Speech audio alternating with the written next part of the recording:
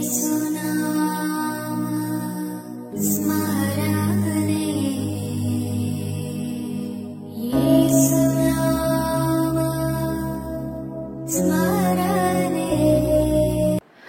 The lord. యేసునామ స్మరణ అనే ఉదయకాల కార్యక్రమానికి మీ అందరికీ ఆహ్వానం. బాగున్నారండి?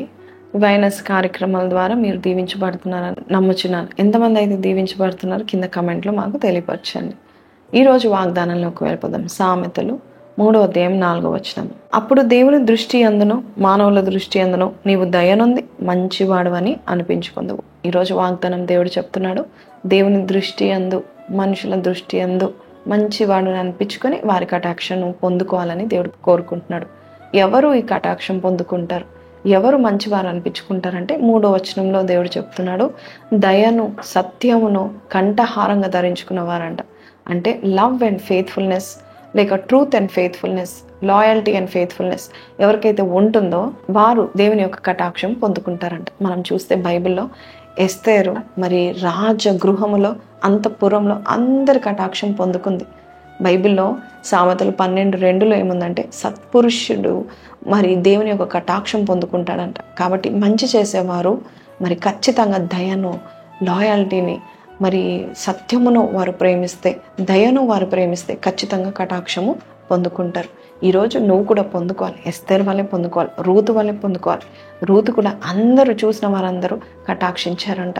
అంతేకాదు యోసేపు, అలాగే మనం బైబిల్ అంతట్లో చూస్తే సమూయేలు, యేసయ్య వీరందరూ కూడా దేవుని దృష్టిలో అలాగే మానవుల దృష్టిలో కటాక్షం పొందుకున్నారు. అంటే ఇంగ్లీష్లో చెప్పాలంటే దే ఆర్ ఫేవర్డ్.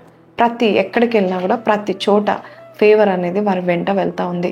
దేవుని కటాక్షం మనకున్నట్లయితే మనం ఈ లోకంలో ప్రభావం కలిగిన గొప్ప వ్యక్తులుగా మనం జీవిస్తాం. ఒక మహిమ కలిగిన వారిగా మనం ఉంటామంట. దేవుని కటాక్షం అంతా బలమైనది. దేవుని యొక్క కటాక్షం ఎవరి మీద అయితే ఉంటుందో వారి మీద ఒక కిరీటం ఉన్నట్టే.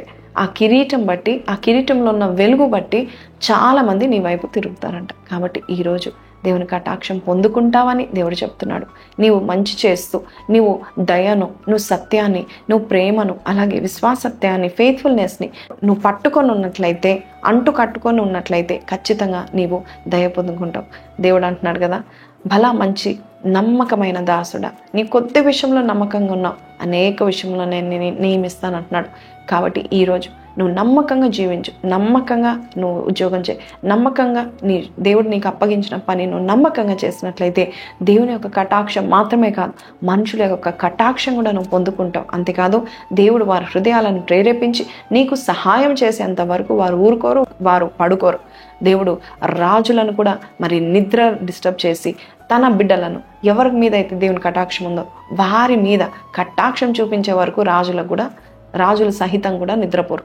ఈరోజు నీవు అట్టి కటాక్షం పొందుకోవాలంటే, ప్రభా నీ సన్నిధిలో నేను మంచి వ్యక్తిగా, సత్యాన్ని ప్రేమించే వ్యక్తిగా, దయను ప్రేమించే వ్యక్తిగా నన్ను చేయని ప్రభాని ప్రార్థన చేద్దామా? కళ్ళు మూసుకుందాం. పరిశుద్ధుడా, మహోన్నతుడగు తండ్రి, ఎవరైతే ప్రభా దయను, సత్యాన్ని ప్రేమిస్తారో నాయన ప్రభా, అలాగే ఎవరైతే నమ్మకంగా జీవిస్తారో అలాంటి వారు నాయన నీ కటాక్షం పొందుకుంటారు. చాలాసార్లు ప్రభా తండ్రి, మరి మేము నీ కటాక్షము లేకుండా ప్రభా మేము జీవిస్తున్నామేమో, కానీ ఈ రోజు నుంచి నీ కటాక్షం ఉంటే ఎలా ఉంటుందో మాకు చూపించండి. మనుషుల కటాక్షం ఎక్కడికి వెళ్ళినా మేము పొందుకుంటకు సహాయం చేయమని యేసు పరిశుద్ధ నామములో అడిగి వేడుకొంచున్నాం తండ్రి, ఆమెన్. సో ప్రేస్లోనండి విన్నాం కదండి, చాలామంది గొప్పవారి కటాక్షం పొందుకోవాలని చూస్తున్నారు. అయితే మనం మాత్రము మన దేవుడు, మహాదేవుడైన దేవుని కటాక్షం పొందుకుందాం. అలాగే మానవుని యొక్క కటాక్షం పొందుకొని మనము జీవించిన కొద్ది కాలమైన సంతోషంగా, అంతేకాదు మనం ఎక్కడికి వెళ్ళినా మనుషులందరూ మనల్ని గుర్తు చేసుకునేలాగా మనము జీవిద్దాం. అయితే ఎవరు ఇలా ఉంటారంటే నమ్మకంగా జీవించేవారు, సత్యాన్ని ప్రేమించేవారు, అంతేకాదండి దయను ప్రేమించేవారు కూడా. కాబట్టి ఈ వాక్యాలు మీతో మాట్లాడుతున్నాయని నమ్ముచున్నాము. దేవాది దేవుడు మిమ్మల్ని ఇంకను బహుగా దీవించును గాక. రేపు మరొకసారి సో చర్చ్లో మనం కలుద్దాము. 7:30కు ఇంగ్లీష్ సర్వీస్ ఉంటుంది, 10:30కు తెలుగు సర్వీస్ ఉంటుంది. అలాగే సాయంకాలం 6:30కి SCPCలో సో చర్చ్ ప్రేయర్ సెంటర్లో పాత లొకేషన్కి మీరు వచ్చేయండి. సాయంకాలం మళ్ళా కలుద్దాం. సో దేవుడు మిమ్మల్ని బహుగా దీవిస్తారని నమ్ముచున్నాను. Happy weekend. Praise the lord.